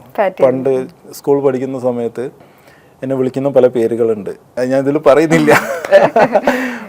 ബോഡി ഷെയ്മിങ് ഒരുപാട് ചെറുപ്പത്തിൽ ഞാൻ ഒരുപാട് ബോഡി ഷെയ്മിങ് നേരിട്ടിട്ടുണ്ട്. ചിലപ്പോൾ അതുകൊണ്ടൊക്കെ ആയിരിക്കാം എനിക്കിങ്ങനെ ആളുകൾക്ക് ചെയ്യാൻ പറ്റാത്തത് ചെയ്യുമ്പോൾ ഭയങ്കര സന്തോഷമായിട്ട്. ഞാൻ ഒരു ഹാഫ് മാരത്തോൺ ട്രൈ ചെയ്തിട്ടുണ്ടായിരുന്നു. ഒരു പ്രാവശ്യം ഞാൻ 21 കിലോമീറ്റർ ഓടി. എനിക്കത് എന്നെ തന്നെ പ്രൂവ് ചെയ്യാൻ വേണ്ടിയിട്ട്. കാരണം പണ്ട് ഞാൻ അനുഭവിച്ചത് അങ്ങനെയാണ്. ഭയങ്കര തടിയൊക്കെ ആയിട്ട് കുട്ടികൾ എല്ലാവരും എന്നെ കുറേ ഞാൻ അനുഭവിച്ചുകൊണ്ടാണ് അങ്ങനെ. മനസ്സിലാവുന്നു. ഒരു കാര്യം കൂടി ഞാൻ ചോദിക്കട്ടെ. ഇപ്പം നമ്മൾ ഈ ട്രാവൽ ചെയ്യുന്ന സമയത്ത് നമുക്ക് വീഡിയോ അപ്ലോഡിങ് ചെയ്യണം, അങ്ങനെ ഒരു പ്രോസസ്സ് ഉണ്ടല്ലോ. അതൊക്കെ നമ്മുടെ ഒരു പ്രൂഫാണ്. ഇപ്പോൾ ഫായിസ് ഒരു യൂട്യൂബർ ആവണം അല്ലെങ്കിൽ ഇൻഫ്ലുവൻസർ ആവണം എന്നുള്ള ഒരു മൈൻഡിലല്ലല്ലോ ഇത് ചെയ്യുന്നത്. എനിക്കൊരു യൂട്യൂബർ അല്ലെങ്കിൽ അങ്ങനെയുള്ള ഒരു പേരിനല്ല, എനിക്കൊരു നല്ലൊരു സഞ്ചാരിയാണെന്ന് അറിയപ്പെടാനാണ് ഞാൻ ആഗ്രഹിക്കുന്നത്. അല്ല, ഒരിക്കലും ഞാനത് യൂട്യൂബറാണ് അല്ലെങ്കിൽ ഇൻഫ്ലുവൻസറാണ് എന്ന് കേൾക്കുന്നതിനെക്കാട്ടും എനിക്കിഷ്ടം ഒരു സഞ്ചാരിയാണ് എന്നുള്ളത് അറിയാനാണ്. അപ്പോൾ ആ അപ്ലോഡിങ് പ്രോസസ് ഒക്കെ എങ്ങനെയാണ്? ഞാൻ എൻ്റെ ഫോണിലാണ് ഷൂട്ട് ചെയ്യാറ്. ഗോപ്രോ ഉണ്ടായിരുന്നു, പിന്നെ അത് ഭയങ്കര കോംപ്ലിക്കേറ്റഡ്, അതിന് ലാപ്ടോപ്പ് വേണം, ഒരുപാട് ഇതാണ്. ഈ ഫോണിലാണെങ്കിൽ നമുക്ക് എവിടെന്നെങ്കിലും വൈഫൈ കിട്ടുമ്പോൾ അതൊക്കെ നമ്മുടെ ഡ്രൈവിലേക്ക് ഓട്ടോമാറ്റിക്കായിട്ട് അപ്ലോഡ് ആവും. പിന്നെ ഫോണിലാണ് എഡിറ്റ് ചെയ്യാൻ ഏറ്റവും സുഖം. ലാപ്ടോപ്പിനെക്കാട്ടും ഈസി ഫോണിലാണ് എഡിറ്റ് ചെയ്യാൻ സുഖം, ക്യാരി ചെയ്യാനും സുഖം. എല്ലാം കൊണ്ടും ഫോണാണ് എനിക്ക് കംഫർട്ടബിൾ. അപ്പം ഫോണാണ്. പിന്നെ ചാർജിങ് ഓപ്ഷൻസ്, ലാപ്ടോപ്പ് ചാർജ് ചെയ്യാൻ എനിക്ക് എപ്പോഴും ഓപ്ഷൻ കിട്ടില്ല. ഫോണാകുമ്പോൾ എൻ്റെ കയ്യിൽ 20,000 mAh 4 പവർ ബാങ്ക് ഉണ്ട്. ഒരു 4-5 ദിവസത്തേക്കുള്ള ബാക്കപ്പ് അതിലുണ്ടാവും. അത് കഴിയുമ്പോഴേക്ക് ഏതെങ്കിലും സ്ഥലത്ത് പോയിട്ട് കംപ്ലീറ്റ് ചാർജ് ചെയ്തിട്ടാണ് പോവുക. ചാർജ് ചെയ്തിട്ട് അങ്ങനെ. അപ്പോൾ ഈ ട്രാവലിംഗിൽ സൈക്കിൾ എന്തൊക്കെ നമ്മൾ ക്യാരി ചെയ്യാറുണ്ട്? ആക്ച്വലി ഒരുപാട് സാധനങ്ങൾ കൊണ്ടുപോകണമെന്ന് എനിക്ക് ആഗ്രഹമുണ്ട്. പക്ഷെ സൈക്കിൾ ആയതുകൊണ്ട് എനിക്ക് വളരെ പരിമിതികളുണ്ട് കൊണ്ടുപോകുന്നതിന്. സൈക്കിളും എൻ്റെ സാധനങ്ങളും അടക്കം ഇപ്പം തന്നെ 50 കിലോളം ഉണ്ടാവും. സൈക്കിൾ പൊക്കിയാൽ പോകുന്നില്ല. എൻ്റെ ചില വീഡിയോയിൽ യൂറോപ്യൻസൊക്കെ സൈക്കിൾ പൊക്കി നോക്കുന്നുണ്ട്, അവരെന്നെ ഞെട്ടിപ്പോവും. സൈക്കിൾ പൊങ്ങില്ല. അപ്പം അത്രയും ഹെവി ആയിട്ടുള്ള സൈക്കിളാണ് ഞാൻ ഡെയിലി 100-150 കിലോമീറ്റർ ട്രാവൽ ചെയ്യുന്നത്. അതുകൊണ്ടാണ് ഞാൻ പറഞ്ഞത് ഇതൊരു സ്പെഷ്യൽ സൈക്കിളാണ്, ടൂറിങ്ങിന് വേണ്ടിയിട്ട് ഉള്ള സ്പെഷ്യൽ സൈക്കിളാണ്. നമുക്ക് എത്ര കിലോ വേണമെങ്കിലും അതിൽ ക്യാരി ചെയ്താൽ, സൈക്കിൾ മൂവ് ചെയ്യുമ്പോൾ ഉള്ള ഒരു ബുദ്ധിമുട്ടേ ഉള്ളൂ. ഫസ്റ്റ് സ്റ്റാർട്ടിങ് നമുക്ക് കുറച്ച് എഫേർട്ട് എടുക്കണം. മൂവ് ചെയ്ത് തുടങ്ങിയാൽ പിന്നെ അത്രയും ഹെവി ആയിട്ടുള്ളതെന്ന് നമുക്ക് ഫീൽ ചെയ്യില്ല, ഇങ്ങനെ പോയിക്കോളും. പിന്നെ കയറ്റങ്ങളൊക്കെ ആണെങ്കിൽ അത്യാവശ്യം നല്ല കയറ്റാണെങ്കിൽ ഞാൻ ഇറങ്ങി ഉന്തുക ചെയ്യുക. നമ്മൾ ചവിട്ടുമ്പോൾ ഒരുപാട് എനർജി വേസ്റ്റ് ആവും. ഉന്തുമ്പോൾ നമുക്ക് അത്ര എനർജി വേണ്ട, അപ്പം ഞാൻ ഇറങ്ങി ഉന്തും. ഇപ്പൊ ഈ പോകുന്നതൊക്കെ ടൂറിസ്റ്റ് വിസയിലാണോ? അതെങ്ങനെയാ? ടൂറിസ്റ്റ് അതിനൊരു അതിന് ചിലപ്പോൾ 90 days ആയിരിക്കാം. ഓരോ രാജ്യത്തിനും ഡിഫറെന്റ് ആണ്. സൈക്കിളിൽ എന്തൊക്കെ കാര്യങ്ങൾ ക്യാരി ചെയ്യും? എൻ്റെ സൈക്കിളിൽ 4 പവർ ബാങ്ക് ഉണ്ടാവും 20,000 mAh. പിന്നെ ജേഴ്സി, ഒരു 4-5 പെയർ ജേഴ്സി ഉണ്ടാവും, ഒരാഴ്ചത്തേക്കുള്ള ഡ്രസ്സ്. പിന്നെ സൈക്കിളിൻ്റെ കുറച്ച് പാർട്സ്, എല്ലായിടത്തും കിട്ടാത്ത സ്പെഷ്യൽ പാർട്സ് ഉണ്ടാവും, അത് കുറച്ച് ക്യാരി ചെയ്യും. പിന്നെ ഡ്രൈ ഫ്രൂട്ട്സ്, ഡേറ്റ്സ്, അങ്ങനത്തെ കുറച്ച് കാര്യങ്ങൾ. അത്യാവശ്യം ഫുഡ് കിട്ടിയില്ലെങ്കിൽ എനിക്ക് യാത്ര ചെയ്യാനുള്ള ഒരു എനർജി കിട്ടാനുള്ള സാധനങ്ങളും കയ്യിൽ കരുതും. അവിടുത്തെ വെതറൊക്കെ പല സ്ഥലത്തും പല വെതർ ആവൂലേ? ഞാൻ ഒമാനിലുള്ള സമയത്ത് ഭയങ്കര ചൂടായിരുന്നു. അപ്പോൾ ഉച്ചക്ക് കുറച്ച് ഗ്യാപ്പ് എടുത്തിട്ട് 12 മണി വരെ റൈഡ് ചെയ്യും. എന്നിട്ട് വൈകിട്ട് 3 മണി 4 മണി വരെ റെസ്റ്റ് എടുക്കും. ഏതെങ്കിലും മരത്തിൻ്റെ വീട്ടിൽ റെസ്റ്റ് എടുത്തിട്ട് വീണ്ടും കണ്ടിന്യൂ ചെയ്യും. പക്ഷെ ചില സ്ഥലങ്ങളിൽ ഞാൻ, ഫോർ എക്സാമ്പിൾ, ഞാൻ UAE ബോർഡറിൽ നിന്ന് ഖത്തർ ബോർഡറിലേക്ക് 110 കിലോമീറ്റർ ഉണ്ട്. അതിൻ്റെ ഇടയ്ക്ക് ഒരൊറ്റ മരം പോലും ഇല്ല, മരുഭൂമിയാണ്. ചൂടത്ത് ഞാൻ ഒരൊറ്റ സ്ട്രെച്ചിലാണ് തീർത്തത്. അത് ഭയങ്കര ബുദ്ധിമുട്ടായിരുന്നു. പിന്നെ ഈ ഒരു യാത്രയിൽ ഞാൻ ഏറ്റവും പേടിച്ച ഒരേ ഒരു ദിവസമുള്ളത്, അത് ഇറാൻ അർമേനിയ ബോർഡറാണ്. 2 ഭാഗത്തും ഭയങ്കര ഹൈറ്റിൽ മലകളാണ്. അതിൻ്റെ നടുവിലൂടെ ഒരു റോഡ്, ഒരു മനുഷ്യനില്ല. 2 ഭാഗത്ത് പട്ടാളക്കാരുടെ ബങ്കർ ഇങ്ങനെ കാണുന്നുണ്ട്. പിന്നെ ഭയങ്കര കാറ്റ്. 2 മലൻ്റെ ഇടയിലായതുകൊണ്ട് കാറ്റ് മൊത്തം വരുന്നത് ഈ ഒരു ചെറിയൊരു പാസേജിലൂടെയാണ്. അപ്പം ഞാൻ തന്നെ പാറിപ്പോകുന്ന രീതിയിലുള്ള കാറ്റും.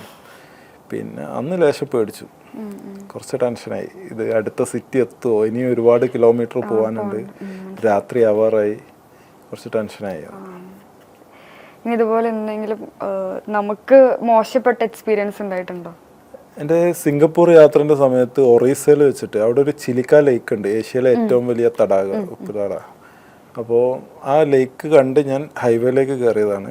കയറി കുറച്ച് പോയപ്പോൾ എൻ്റെ കയ്യിൽ നിന്ന് എൻ്റെ ഫോൺ തട്ടിപ്പറിച്ച് പോയി കളഞ്ഞു. രണ്ടാൾ ബൈക്കിൽ വന്നിട്ട് കള്ളന്മാർ ഹൈവേ സ്നാച്ചിങ് ഉണ്ട്. അപ്പം ഹൈവേയിലൂടെ ട്രാവൽ ചെയ്യുമ്പോൾ ശ്രദ്ധിക്കണം, ഇങ്ങനെ സ്നാച്ചിങ് ഒക്കെ നടക്കുന്നുണ്ട്.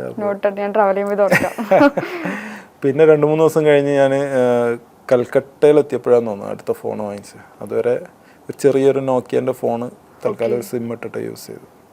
കംപ്ലൈന്റ് ചെയ്തിട്ടൊന്നും ഒരു കാര്യമില്ല, നമ്മൾ അതിന്റെ പുറകെ പോയിട്ട്. പിന്നെ ലൈഫിൽ എന്ത് നടന്നാലും അത് നല്ലതിനാന്ന് വിശ്വസിക്കുന്ന ഒരാളാണ് ഞാൻ. ആ ഫോൺ പോയത് നല്ലതിനാന്ന് എനിക്ക് മനസ്സിലാവാൻ ഒരു 1.5 വർഷം സമയം എടുത്തു. ശരിക്കും പറഞ്ഞാൽ ആ ഫോണിൽ എടുത്ത ഫോട്ടോസും വീഡിയോസും ഒന്നും അത്ര ക്ലാരിറ്റി ഉണ്ടായിരുന്നില്ല. അതിനുശേഷം ഞാൻ കൽക്കട്ടയിൽ വെച്ച് വാങ്ങിയ ഫോണിന് നല്ല വീഡിയോ ഒക്കെ എടുക്കുമ്പോൾ നല്ല ക്ലാരിറ്റി ആയിരുന്നു. അത് ഞാൻ എൻ്റെ യാത്ര കഴിഞ്ഞ് കുറേ കഴിഞ്ഞപ്പോൾ എന്നോട് ഒരുപാട് ആളുകൾ ചോദിച്ചു, ആ യാത്ര ചെയ്തതിൻ്റെ ഫോട്ടോസും വീഡിയോസും ഒന്നും ഇല്ലെന്ന്. അങ്ങനെ ഞാൻ യൂട്യൂബ് ചാനൽ ക്രിയേറ്റ് ചെയ്തിട്ട് അതിൽ ജസ്റ്റ് അപ്പോൾ ഞാൻ അത് എഡിറ്റ് ചെയ്ത് തുടങ്ങിയപ്പോഴാണ് ഫസ്റ്റിലെ ഫോൺ ഉപയോഗിച്ചിട്ട് ചെയ്ത വീഡിയോസ് ഒന്നും ഒരു ക്ലാരിറ്റി ഇല്ല. പക്ഷെ രണ്ടാമത്തെ ഫോൺ ഉപയോഗിച്ചാൽ നല്ല ഔട്ട്പുട്ട് ആവുന്നു. അപ്പം ഞാൻ അങ്ങനെ വിചാരിച്ചു അന്ന് കള്ളന്മാർ കൊണ്ടുപോയത് നന്നായി. എന്തും ലൈഫിൽ എന്തും എനിക്ക് അങ്ങനെ റിലേറ്റ് ചെയ്യാൻ പറ്റുന്നുണ്ട്. എന്തെങ്കിലും നഷ്ടപ്പെട്ടാൽ എന്തായാലും അത് നല്ലതിനാന്ന് പിന്നെ കുറെ കഴിയുമ്പോൾ നമുക്ക് മനസ്സിലാക്കും. ശരിയാ. ഇനിയും നല്ല യാത്രകൾ ചെയ്യാൻ പറ്റട്ടെ, ഇനിയിപ്പുള്ള ആഗ്രഹങ്ങളൊക്കെ നടക്കട്ടെ. തീർച്ചയായിട്ടും നമ്മളൊരു മലയാളിയുടെ ഒരു ഐക്കണായിട്ട് മാറട്ടെ. അതെ, അതാണല്ലോ വേണ്ട. ഇപ്പം ഞാനൊരു കാര്യം കൂടി ഒന്ന് ഓർമ്മിപ്പിക്കുക. നമ്മളിപ്പം ട്രാവൽ ചെയ്യാൻ ഇങ്ങനെ കംഫർട്ട് സോണിൽ നിന്ന് വിട്ട് പോകാത്ത ആളുകൾ അങ്ങനെ ട്രാവൽ ചെയ്യണമെന്ന് ആഗ്രഹിച്ചിങ്ങനെ ഇരിക്കുന്നതുണ്ടാവും. പിന്നെ എല്ലാവർക്കും ഒരു തോട്ടില്ലേ, പൈസ ഉള്ളതുകൊണ്ടാണ് അവൻ പോകുന്നത്. പല ആളുകളും പറയും വീട്ടിൽ കുറേ ഉള്ളത് കൊണ്ടാണ് ഇങ്ങനെ യാത്ര ചെയ്യുന്നത്. അപ്പൊ എനിക്ക് ആ മെസ്സേജ് കാണുമ്പോൾ ചിരിയാണ് വരിക. വീട്ടിൽ എൻ്റെ ബാങ്ക് അക്കൗണ്ട് 0 ആയിരിക്കും, എന്നിട്ട് ഞാനിങ്ങനെ ട്രാവൽ ചെയ്യുന്നുണ്ട്. അപ്പം ഒരിക്കലും ക്യാഷ് ഒരുപാട് പൈസ ഉണ്ടാക്കിയിട്ട് ട്രാവൽ ചെയ്യാന്ന് വിചാരിച്ചാലൊന്നും നടക്കില്ല. എസ്പെഷ്യലി ഇങ്ങനെയുള്ള സൈക്കിൾ യാത്ര ആണെങ്കിൽ നമുക്കൊരു ഏജ് കഴിഞ്ഞ് കഴിഞ്ഞാൽ ഇത് ചെയ്യാൻ പറ്റില്ല. ഇപ്പോൾ കറക്റ്റ് ടൈമാണ്. അപ്പൊ ഇപ്പൊ ചെയ്യാം, എനിക്ക് കുറച്ച് കഴിഞ്ഞിട്ട് വരുമ്പോ അപ്പൊ നോക്കാം. അടുത്ത പ്ലാൻ ഉണ്ടാക്കും. അപ്പൊ നോക്കാം അടുത്ത പ്ലാന്. ആരോഗ്യം ഉണ്ടെങ്കിൽ സൈക്കിൾ തന്നെ ആയിരിക്കും, അതല്ലെങ്കിൽ വേറെ എന്തെങ്കിലും മാർഗം ഉപയോഗിക്കും. അതെ, എന്നാലും ഇങ്ങനെ ലൈം ലൈറ്റിൽ ഇങ്ങനെ ഉണ്ടാവും. അങ്ങനെ പോകണമെന്നാണ്. ഒരു തവണ നമ്മളിങ്ങനെ ലൈറ്റിൽ വന്നു കഴിഞ്ഞാൽ പിന്നെ അതിനൊരു പിന്നാക്കില്ല, പിന്നോട്ട് പോകാൻ കഴിയില്ല. അതാണ് അതിന്റെ ഒരു ഇത്. അതെ. അപ്പൊ അങ്ങനെ എല്ലാ കാര്യങ്ങളും നല്ല രീതിയിൽ നടക്കട്ടെ. ഇനിയും എനിക്ക് പറയാൻ പറ്റട്ടെ, ഫൈസിന് എനിക്ക് അറിയാം എന്തായാലും ഇരിക്കാൻ ഇനിയും അവസരം കിട്ടട്ടെ. അപ്പോൾ ഓൾ ദി ബെസ്റ്റ്. ഓക്കെ.